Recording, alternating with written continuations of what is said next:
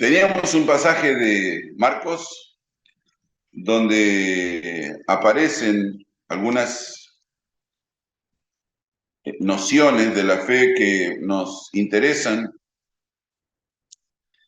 eh, no solamente por el dato en sí mismo, sino que lo que me impresiona y siempre me ha impresionado es las distancias históricas entre eventos y la posibilidad que había de corregir situaciones. ¿Está bien? La distancia casi siempre nos hace elegir la mejor parte o elegir lo que mejor queremos recordar.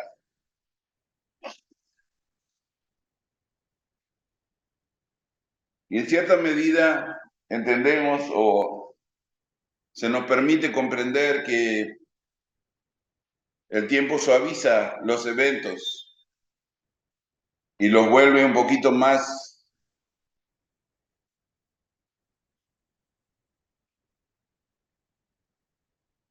fáciles de considerar o de digerir. El tiempo suaviza las cosas porque tenemos la tendencia de establecer mejor los eventos. Sin embargo, nos olvidamos que en el caso del Señor Jesucristo, la revelación es un problema dado al Espíritu Santo. Por lo tanto, no ha habido corrección de eventos. Peor aún, algunos se han agravado.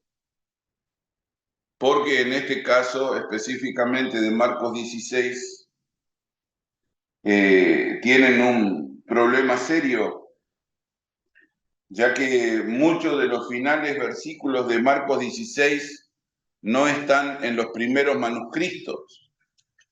Y eso es serio, porque obviamente fueron una adición. Y si quieren estudiar sobre el punto, eh,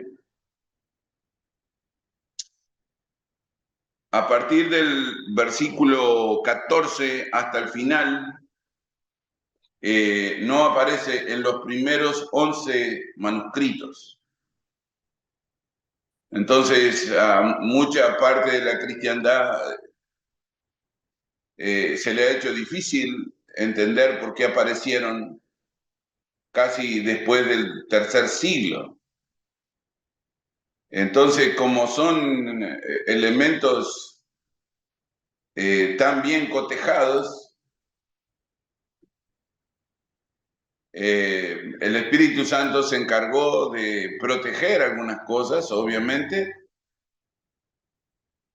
y en la protección que el Espíritu Santo hizo de esto,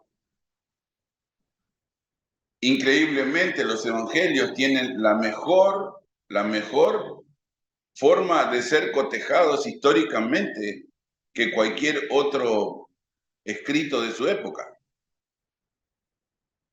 Entonces, especialmente el Evangelio de Marcos, que entendemos que Marcos no fue discípulo, sin embargo, la historia del Evangelio se le otorga a Pedro y a Marcos como escribiente. Por eso conocemos el Evangelio de Marcos como el Evangelio del escribiente. Eso quiere decir que si todo está bien, ¿no? Si todo fue bien hecho, el Espíritu Santo se encargó de dejar en claro, y una de las evidencias internas del escrito es que Pedro se nombra a sí mismo como alguien a quien Jesús quería ver. Sin embargo, esta no es una prueba definitiva. Sin embargo, históricamente se le ha dado la autoría de este evangelio al apóstol Pedro. Eso hace muy complicada la forma en que enfrentamos el discernimiento, porque él debería ser el más indicado para hacer correcciones. ya que lamentablemente Pedro es el discípulo que es incapaz de enfrentar en tiempo y forma la persona de Jesús Nazareno. Y después lo tuvo que ver, obviamente, resucitado. Algo que nosotros quizás no entendemos con la profundidad que tiene, pero nuestra primera visión de Dios va a ser el resucitado. ¿De acuerdo? Nuestro primer encuentro con Dios va a ser Jesús, ya que Él es el que viene por nosotros. Y antes que podamos ver la gloria, antes que podamos ver el cielo, antes de todo eso, vamos a tener que ver a Jesús. Para algunos no va a ser conveniente, ejemplo de los que lo traspasaron. Otros van a llorar y pedir que las montañas les caigan encima, porque no fueron capaces de abandonar sus pecados. Bueno, acá estamos nosotros. ¿Cuál va a ser nuestra actitud cuando tengamos que ver al Maestro? Y si Él va a poder mirarnos como sus discípulos. Es mi única preocupación. Se los digo antes de comenzar. Mi única preocupación es que el Señor Jesucristo, si no me considera su discípulo, no voy a poder entrar.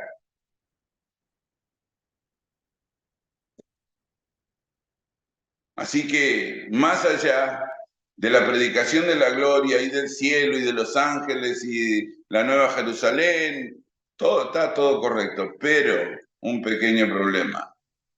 Nuestro primer encuentro va a ser con Jesús. No lo saquen de la mente, manténganlo constantemente en la mente, porque va a ser un enfrentamiento donde Jesús sí va a poder reconocernos o, al contrario, apartados de mí, nunca los conocí. ¿Recuerdan esa frase de Jesús? Bueno, no la quieren escuchar. En este final de capítulo, del versículo 14 en adelante, no vamos a tomarlo por las razones que les dije. Ya que ponen en boca de Jesús una forma de entender la fe que no coincide con la fe. Sin embargo, fue impuesta y lamentablemente incluida, pero no está en los primeros manuscritos de Marcos, no está. Para nosotros, la lectura esta noche, Marcos 16, verso 9 en adelante. Habiendo pues resucitado Jesús por la mañana, el primer día de la semana, apareció primeramente a María Magdalena, de quien había echado 7 demonios. Yendo ella, lo hizo saber a los que habían estado con él, que estaban tristes y llorando. Ellos, cuando oyeron que vivía y que había sido visto por ella, no lo creyeron.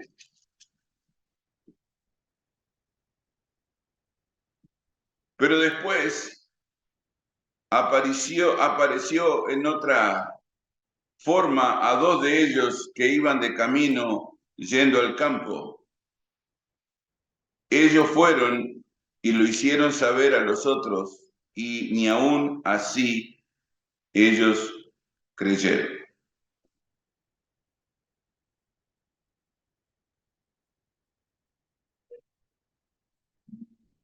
El círculo, y esto me importa esta noche especialmente, el círculo que Jesús forma a su alrededor está dado por aquellos que supuestamente decidieron creerle. Estas personas que decidieron creerle o que tomaron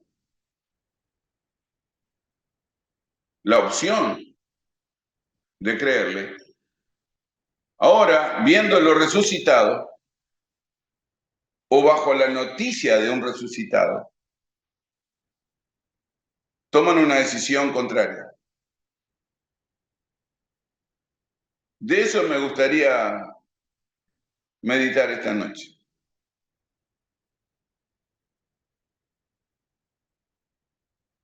El hombre tiene dificultades en resolver sus problemas de fe por tres razones. Nosotros tenemos problemas para resolver nuestros problemas de fe por tres razones. La primera razón, la forma que somos impresionados. Cuando nosotros hablamos de creer, ¿de acuerdo? Cuando nosotros hablamos de creer, la primera opción que nos hace creer es la manera que fuimos impresionados. ¿Por qué estas personas decidieron en principio creerle a Jesús? Bueno, cae dentro de los principios. El primer principio es cómo somos impresionados. Jesús los impresionó con su predicación, Jesús los impresionó con sus hechos, Jesús los impresionó con sus promesas. Por lo tanto, las personas cuando andaban con él, como dice Pedro, ¿a quién iremos? Solo tú tienes palabras de vida. ¿Recuerdan esas cosas? ¿A quién iremos?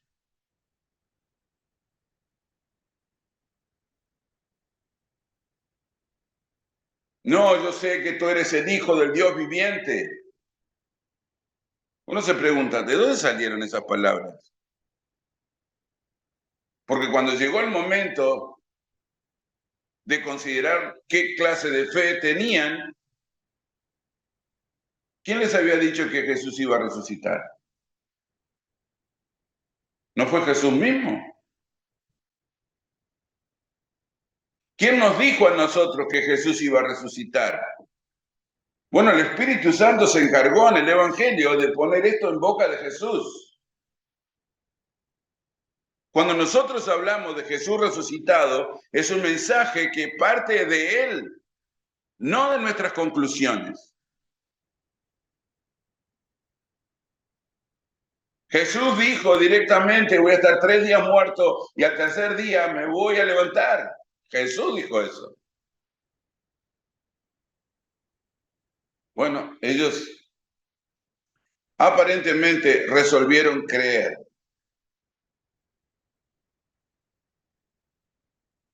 Sin embargo, nuestro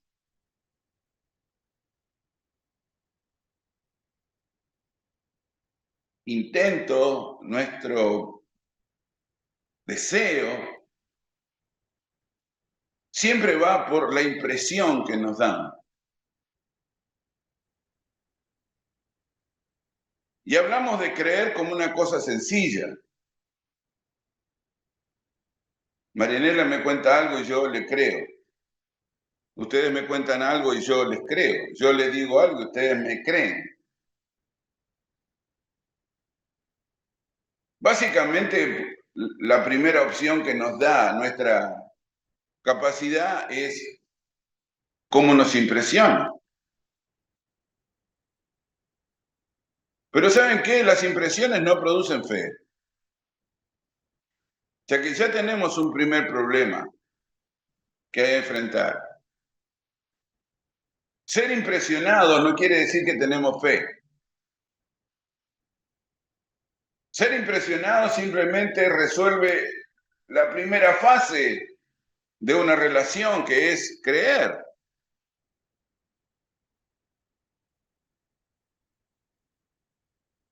Sin embargo, creer no implica que he resuelto todas mis dudas. Anótenlo por algún lado. Creer no resuelve todas mis dudas.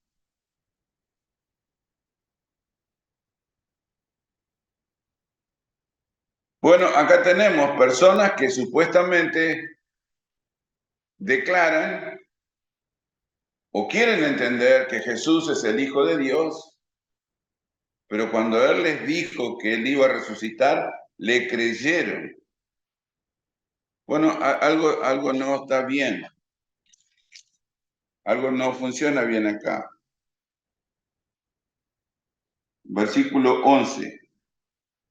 Cuando oyeron que vivía y que había sido visto por ella, por María Magdalena, como dice,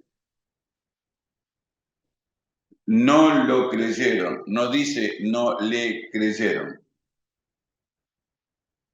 No era un problema con María, era un problema con Jesús. ¿Podían haber pensado que María alucinó? Y sí, a veces alucinamos.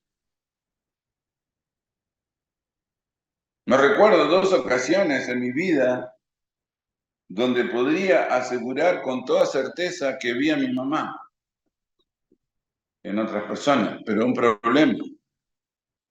Mi mamá estaba muerta.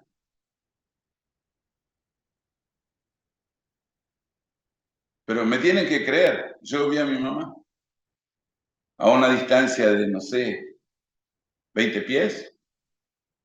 ¿Podía ver su cara? Sí, podía ver su cara. Y vi su cara 2 veces. Ahora, si yo les digo, vi a mi mamá, bueno, la primera pregunta sería, ¿cuándo la viste? Porque murió en el 92. Si yo digo, la vi en el 93, no puede ser. Bueno, Tata, vamos a creerle. Si él dice que la vio, ¿qué hacemos? Ok, la vio. Pero eso no resuelve todas las dudas, ¿o sí? ¿Me van a creer? ¿Cuántas veces les he mentido? Bueno, María Magdalena tenía problemas, era una mujer que tenía demonios, dice la escritura. ¿Ok? Pasamos a la siguiente fase. Versículo 12 y 13. Después apareció en otra forma a 2 de ellos que iban de camino yendo al campo. ¿Recuerdan los de Maús? Bueno, ellos lo vieron. Ellos fueron y lo hicieron saber a los otros. ¿Y qué pasó? Ahora sí lo tornaron personal. Ni aún a ellos creyeron. ¿Vos que son estos dos mentirosos? Pasado el tiempo, me convencí que no. Era una señora muy, muy parecida a mi mamá. Demasiado parecida. O era lo que yo quería ver.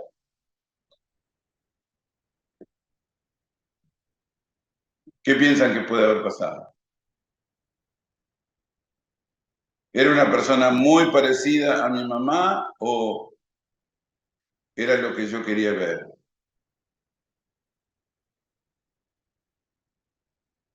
Bueno, un poquito de las dos. Era una persona muy parecida y realmente emocionalmente era lo que yo quería ver. O lo que yo emocionalmente pretendía ver. Ok, cortémoslo ahí, dejémoslo así. Le creemos o no le creemos.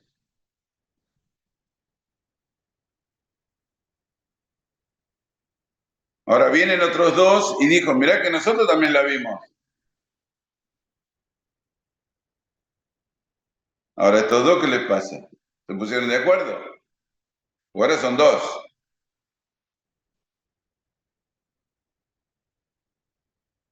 Bueno, quizás se pusieron de acuerdo con el pastor.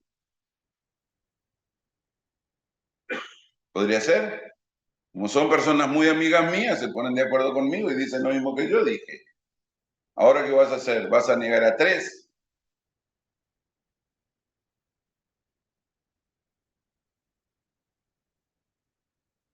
Bueno, ¿sabes qué? Vamos a creerle también. Pero eso no resuelve tus dudas. Eso es como quedas impresionado. Realmente yo quedé impresionado. Yo para mí sí era.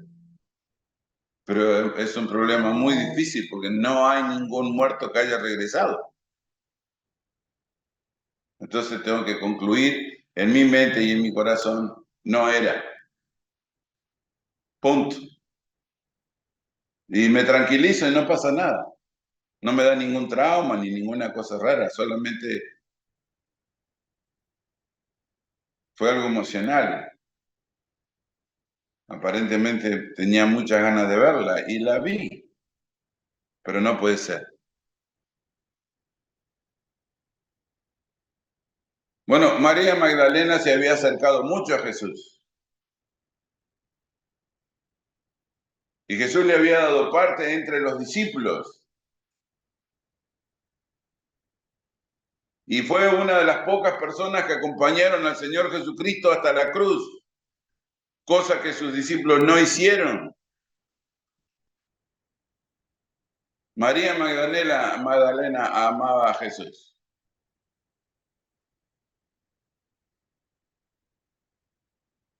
¿Cómo tiene que haberle dolido la muerte de Jesús?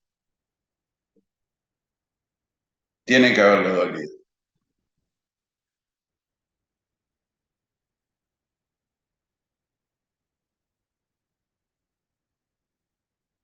No le creyeron.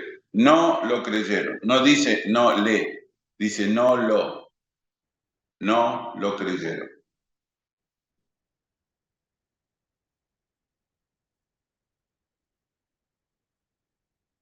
La segunda forma de creer también está presente acá. La primera es cómo nos impresiona.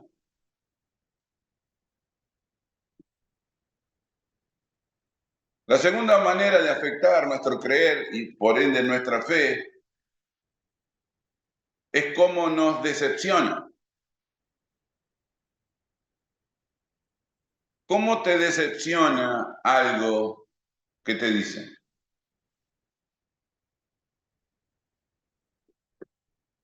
La decepción juega un patrón, forma un patrón muy complejo en mis decisiones para creer.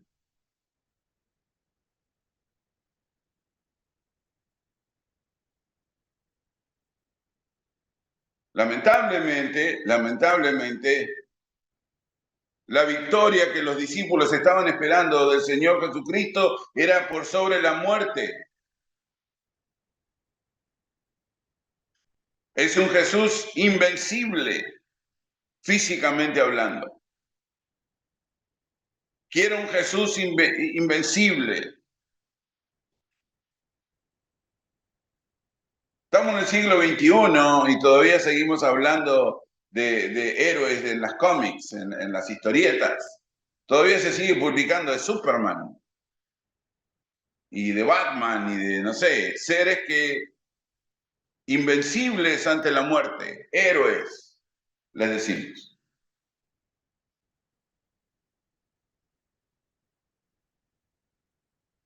Supuestamente esto afecta mi confianza, afecta mi manera de entender, afecta mi manera de creer.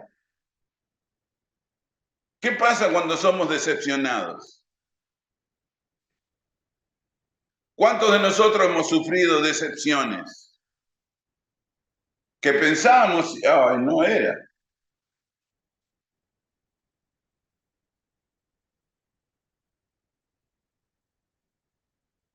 ¿Cuántas decepciones nos han afectado?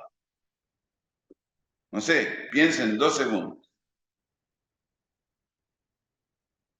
Pensabas algo de una persona y no fue así. No era así, no era lo que dijo, terminó haciendo una chanchada, su reacción fue lejos de la que estaba esperando, las decisiones que está tomando es una basura.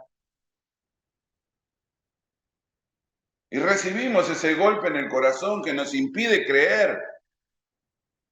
La decepción impide el acto de creer.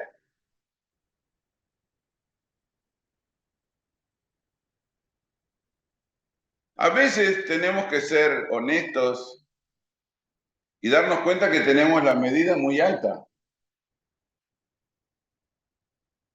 ¿Qué pasa cuando una persona pone sobre nuestra vida una medida muy alta?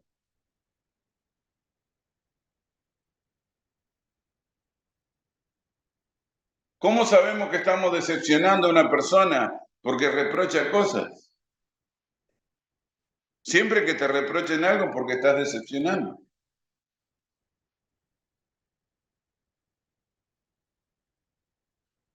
Si no hay decepción, no habrá reproches.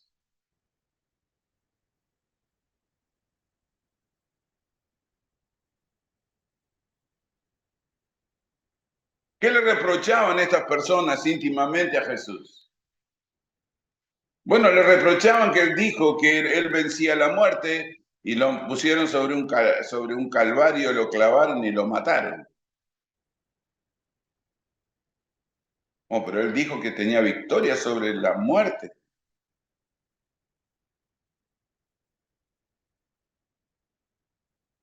Lo clavaron en un madero.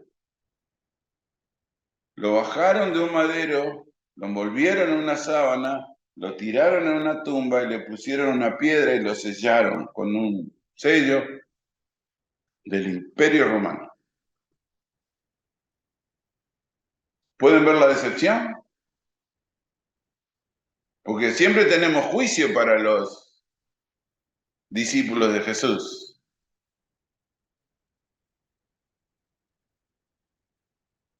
Pero hay un momento de decepción que Satanás aprovecha para destruir. La decepción siempre provoca destrucción. ¿Cómo sé? Por el reproche. Y no hay como volver atrás del reproche, hermanos.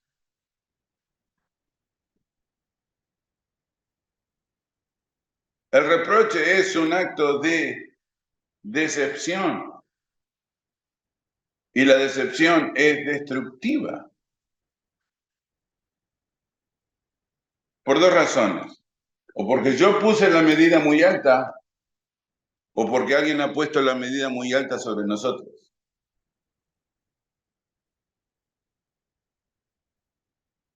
A veces nos han puesto una medida que sobrepasa la humanidad.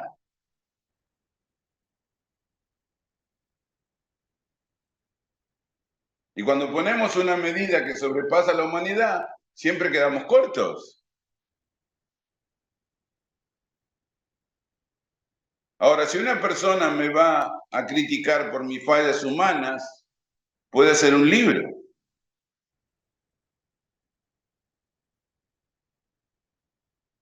¿Por qué? Porque mi medida es la medida de un ser humano. Tu medida es la medida de un ser humano.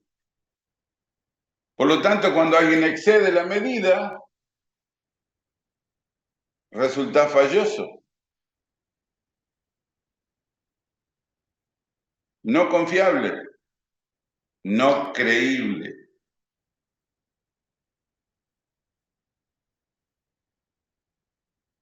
Satanás pensó que poner a Jesús en la cruz era su mejor victoria.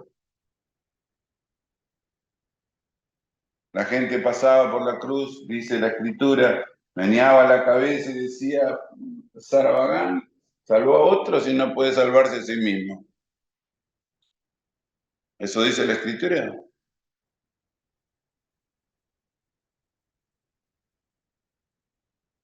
Uno de los ladrones sinvergüenzas que estaba clavado al lado de Jesús, le dice también esa basura, que salvó a otros y a sí mismo no se puede salvar.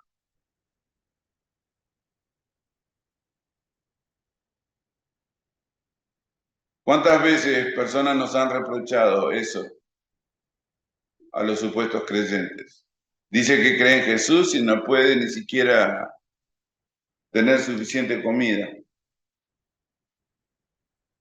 Dice que tiene a Jesús y no tiene suficiente dinero. Dice que tiene a Jesús y está enfermo.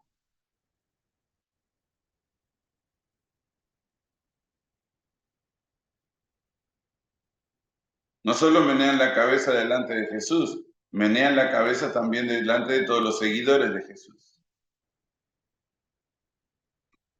No sé, la gente piensa que somos seguidores de Jesús y que ahora tenemos todo resuelto.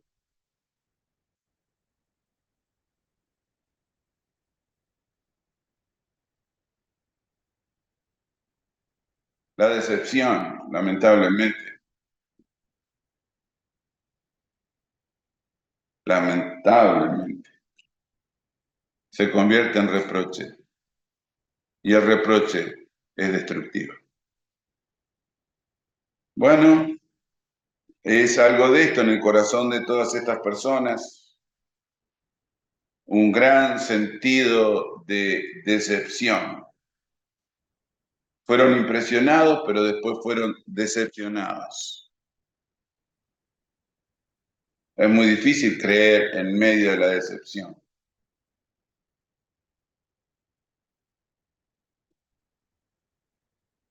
El tercer problema, quizás para mí el más complejo, o por lo menos lo que podemos ver acá. Tenemos problemas para creer cuando, como individuos, no queremos arriesgar nuestro propio nombre.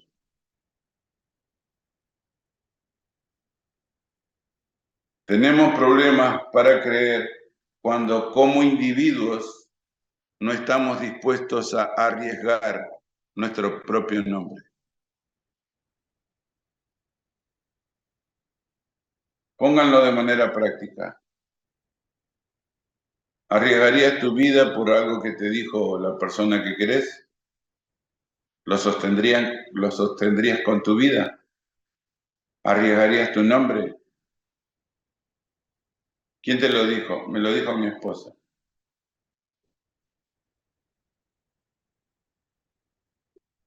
Bueno, si lo dijo mi esposa se queda así. ¿Mintió? No, no mintió. Sí mintió. No.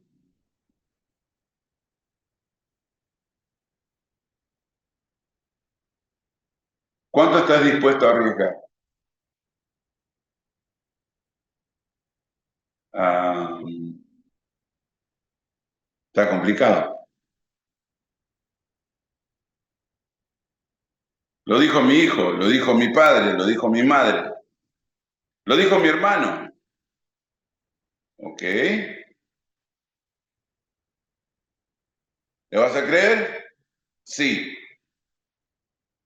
Ahora, el siguiente paso. ¿Cuánto estás dispuesto a arriesgar? Bueno, ahí cambiamos de tema. Ahí ya cambiamos de tema. Porque una cosa es creer y otra cosa es que estoy dispuesto a arriesgar.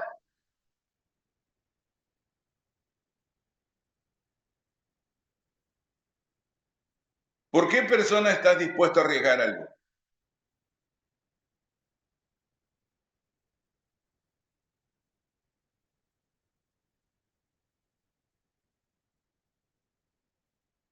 ¿Lo tenés en la mente? Ponela. Ponelo práctico. ¿Por qué persona estarías dispuesto a arriesgar algo? Tu vida, por ejemplo, tu nombre, tu dignidad. ¿Estarías dispuesto a arriesgar tu dignidad por tu esposa, tu esposo, tu hijo, tu hija, tu padre, tu madre? ¿Estarías dispuesto a arriesgar tu dignidad por ellos? Eh, cambiamos de tema ya. Porque entonces no estamos hablando de confianza, ahora estamos hablando de fe. Y la confianza y la fe en la Escritura son palabras totalmente distintas, distantes.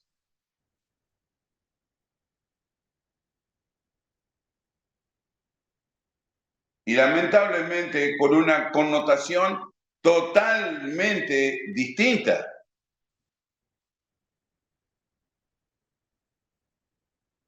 Algunos se duelen porque, lamentablemente, en el conocimiento que nos da la Escritura, los discípulos no estaban salvos, porque salvos solamente por la fe. Por fe somos salvos.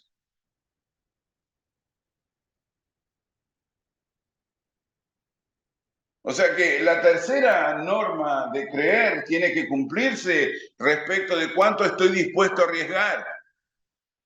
Porque en la impresión y la decepción puede haber problemas, yo entiendo.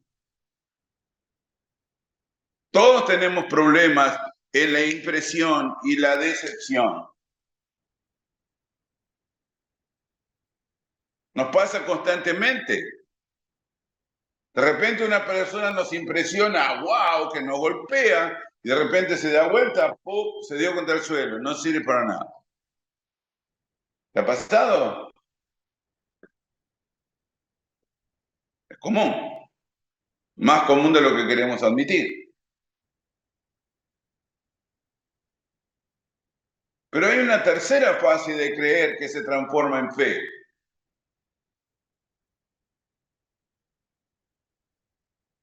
donde elimino la duda.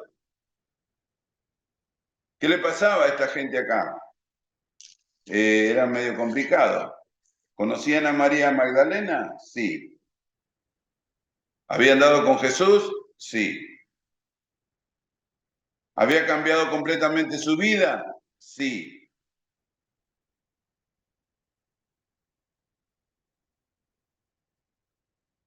¿De dónde había salido María Magdalena? De Magdala. ¿Por qué se hablan de 7 demonios? Es una apreciación media compleja de la moral de María Magdalena. ¿Por qué? Tenemos que trasladarnos al mundo hebreo. ¿Por qué 7? Por su perversidad.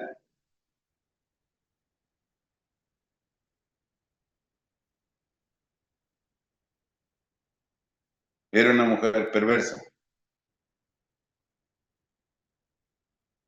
Pero se enfrentó a Jesús y Jesús la liberó de su perversidad. Le perdonó sus pecados. Y María se constituyó en una mujer totalmente diferente, como debería ser con todas las personas salvas. Son personas totalmente diferentes.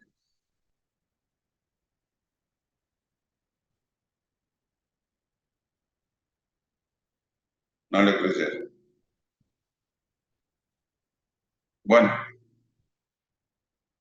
los que habían decidido seguir a Jesús porque pensaban que él era el Cristo.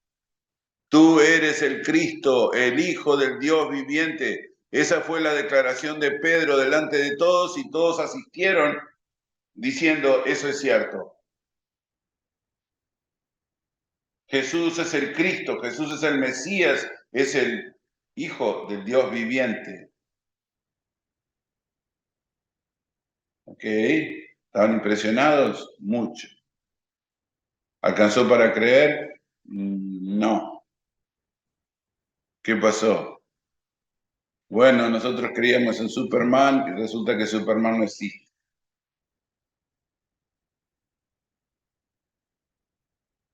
Lo clavaron en una cruz. ¡Qué decepción! Pues ¿saben cuál era el verdadero problema de toda esta gente? Nunca estuvieron dispuestos a arriesgar nada.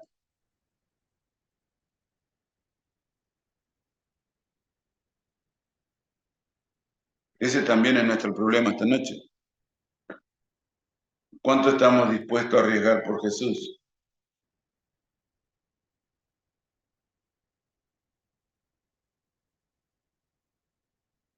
¿O es un problema histórico? No, no es un problema histórico. Lo lamento. Podemos discutirlo toda la noche si quieren, pero Jesús no es un problema histórico. Porque al no morir, Él está vivo ahora. Bueno, yo no lo he visto. ¿Qué tiene que ver que no lo he visto? ¿Querés creer eso o no? No tiene que ver con ver. Los riesgos no tienen que ver con ver, los riesgos tienen que ver con riesgos.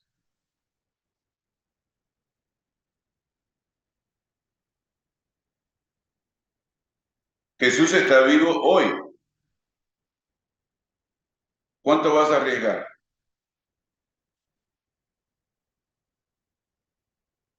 Oh, me impresiona su enseñanza, pero me decepciona que no puedo verlo físicamente.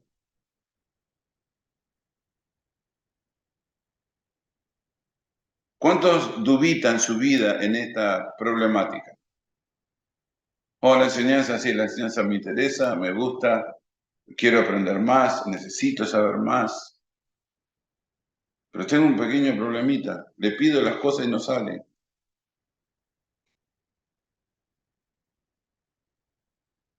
Se sienten decepcionados. Yo le he pedido a Jesús, le he pedido a Jesús, le he pedido y no pasa nada. ¿Pueden escuchar la vocecita de Satanás? Te dije, no funciona. Te dije, no existe. Te dije, no, esto es un engaño, es la manipulación de la religión. No, no funciona, no funciona. Bueno, sí, lo que enseñó es muy impresionante. Poner la otra mejilla, llevar la siguiente milla, amar a otros como te amas a vos mismo. Wow, sí, me impresiona, por Dios que me impresiona.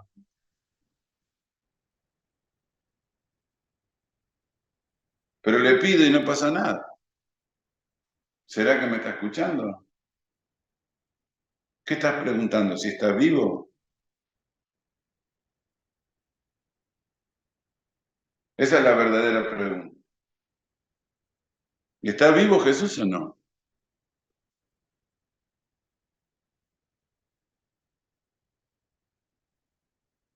Porque llegamos a la tercera fase de creer.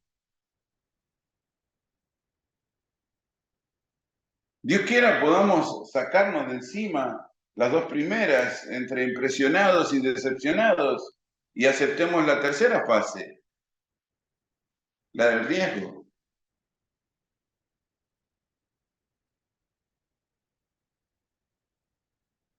¿Daría mi vida por algo que dijo mi esposa? Eh, no es sí o no.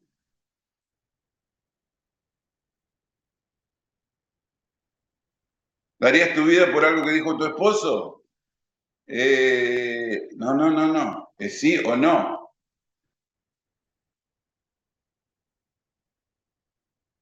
Si él dijo negro, ¿será negro?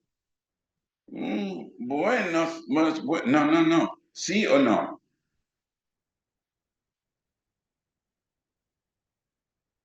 Porque ahora estamos hablando de riesgo. Bueno, ¿sabes qué? No me voy a arriesgar. No lo pongas así. Es que no le vas a creer. Esa es la verdad. ¿Nos cuesta la verdad? Sí, nos cuesta la verdad, pero la verdad es lo único que nos hace libres. No creo que le creo. Ah, bueno. Entonces sos sincero por primera vez contigo mismo.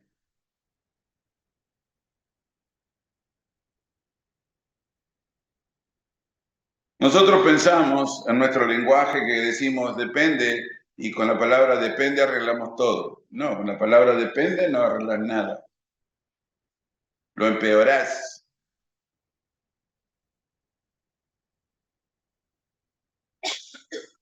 ¿Arriesgaría tu vida por lo que dijo tu esposa? Depende. No, depende es una mala palabra en una relación. Las relaciones se definen entre sí y no. no en depende, no en tal vez o quizás. ¿Cómo pasa con el Señor Jesucristo que está vivo? Igual.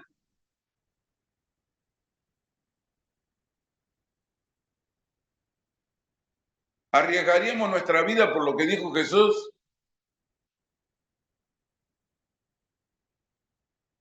Depende. No, no. I'm sorry. No está así en la doctrina, por lo tanto tampoco va a estar así en la experiencia.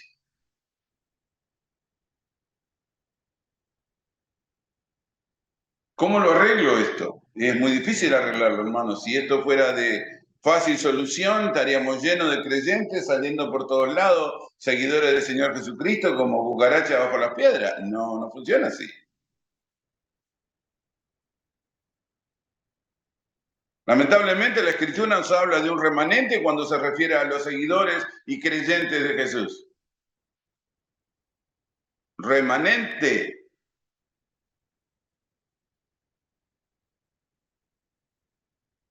¿Cómo entiendo el problema? Bueno, tengo que volverlo individual. ¿Arriesgaría mi vida diciendo que Jesús está vivo hoy? ¿Me pelearía con el resto del mundo para seguir diciendo Jesús está vivo y regresa por mí? ¿Arriesgarías tu vida? ¿Arriesgarías tus relaciones? ¿Arriesgarías la comunión de las otras personas que tenés a tu alrededor diciendo eso? Porque lamentablemente los creyentes no están arriesgando nada y es obvio.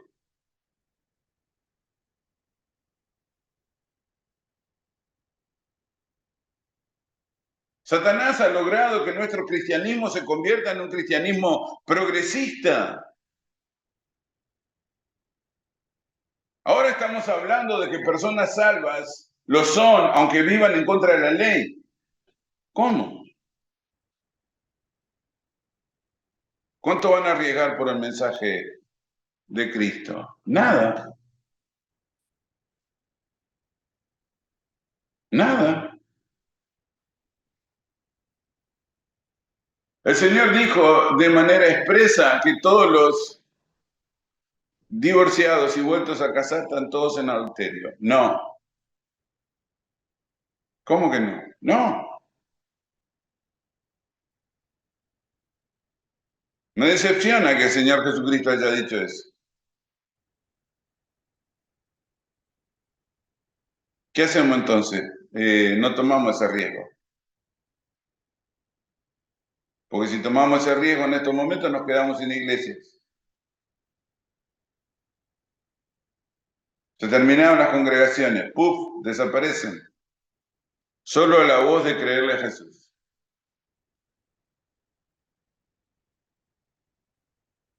Ni hablemos del cristianismo progresista que habla de la diferencia de géneros como que estuviera hablando, no sé, del tiempo, del clima.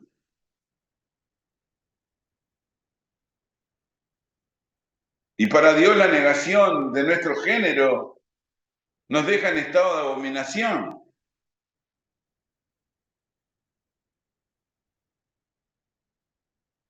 Pero eso no es un invento de Dios el Padre, esa es una posición de la segunda persona de Dios en todo el Antiguo Testamento. Y en el Nuevo que la cambió.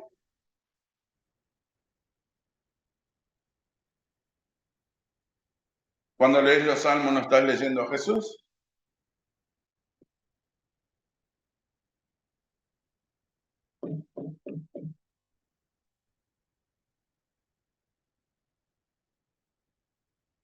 Todos sufrimos la primera y segunda etapa de creer.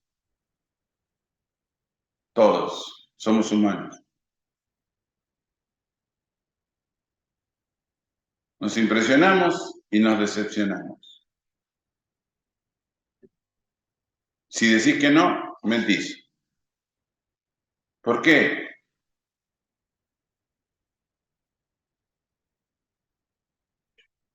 Porque está escrito. Nosotros somos seres con necesidad de redención. Quiere decir que venimos del pecado, absurdo. Y si alguno dice que no cometió pecado, es un mentiroso. O sea que todos sufrimos la doble circunstancia que nos impide el creer y por ende la fe, impresionados, pero a la misma vez decepcionados. Por lo tanto, necesitamos tener el valor de atravesar la última etapa, donde decido los riesgos.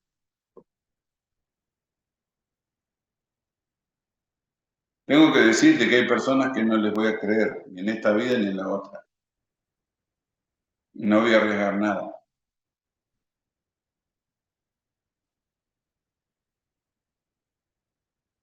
No voy a arriesgar nada.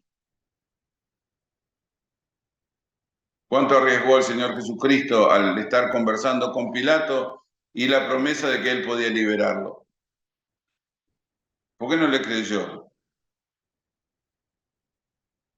¿Cuánto iba a arriesgar Jesús por Pilato? A ver, ¿cuánto iba a arriesgar Jesús por Herodes? ¿Cuánto iba a arriesgar Jesús por Nicodemo?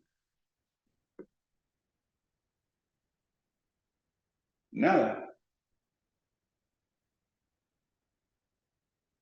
¿Podía creer en estas personas? No, no podía creer.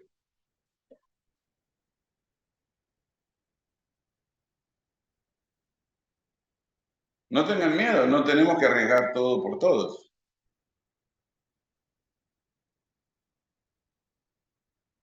Pero siempre es por sí o no, no por tal vez, o depende. No usen esas palabras cuando se refieren a la fe o cuando se refieren a creer. No las usen, no van ahí. Jesucristo está vivo. Él dijo que estaba vivo y regresa vivo y nos levanta otra vez hacia Él vivo. ¿Cuánto vas a arriesgar por eso?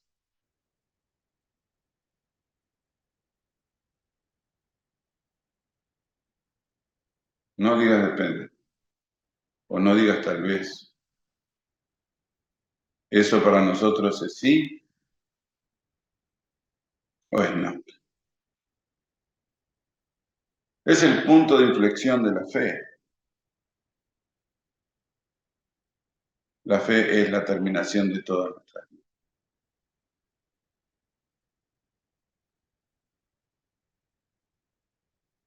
El justo, el que ha sido justificado, vivirá por la fe. Así está escrito, así se queda para todos los que quieren arriesgar su vida para creerle a Jesús. Hace 2000 años resucitó, sigue vivo.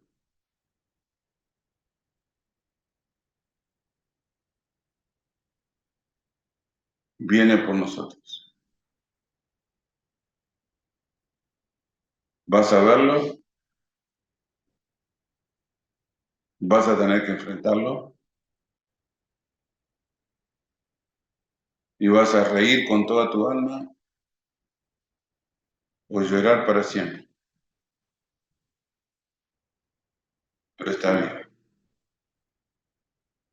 ¿Ya decidiste cuánto vas a arriesgar? Porque eso habla de tu fe. Eso habla de mi fe. ¿Cuánto estoy dispuesto a arriesgar?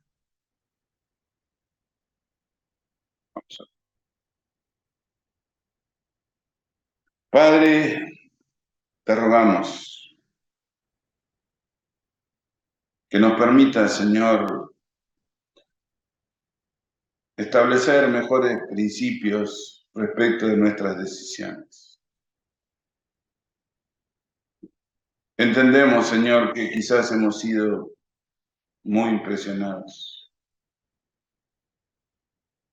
pero quizás debemos admitir también nuestras decepciones para abrir paso a nuestro deseo verdadero de creer y arriesgar. Padre, que en esta noche el poder que está sobre nosotros, el poder del Espíritu Santo, nos permita decidir con claridad cuánto vamos a arriesgar,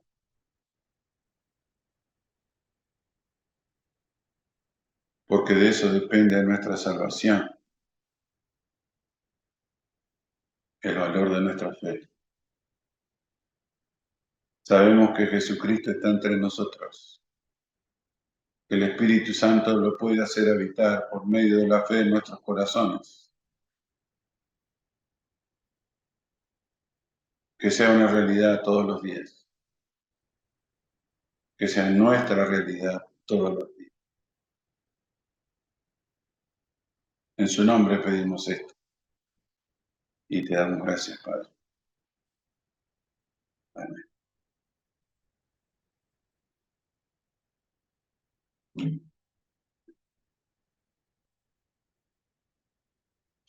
Dios les bendiga, hermanos. Una semana adelante, a ver cómo nos va con nuestros riesgos. Pasen un muy buen tiempo adelante. Dios les bendiga.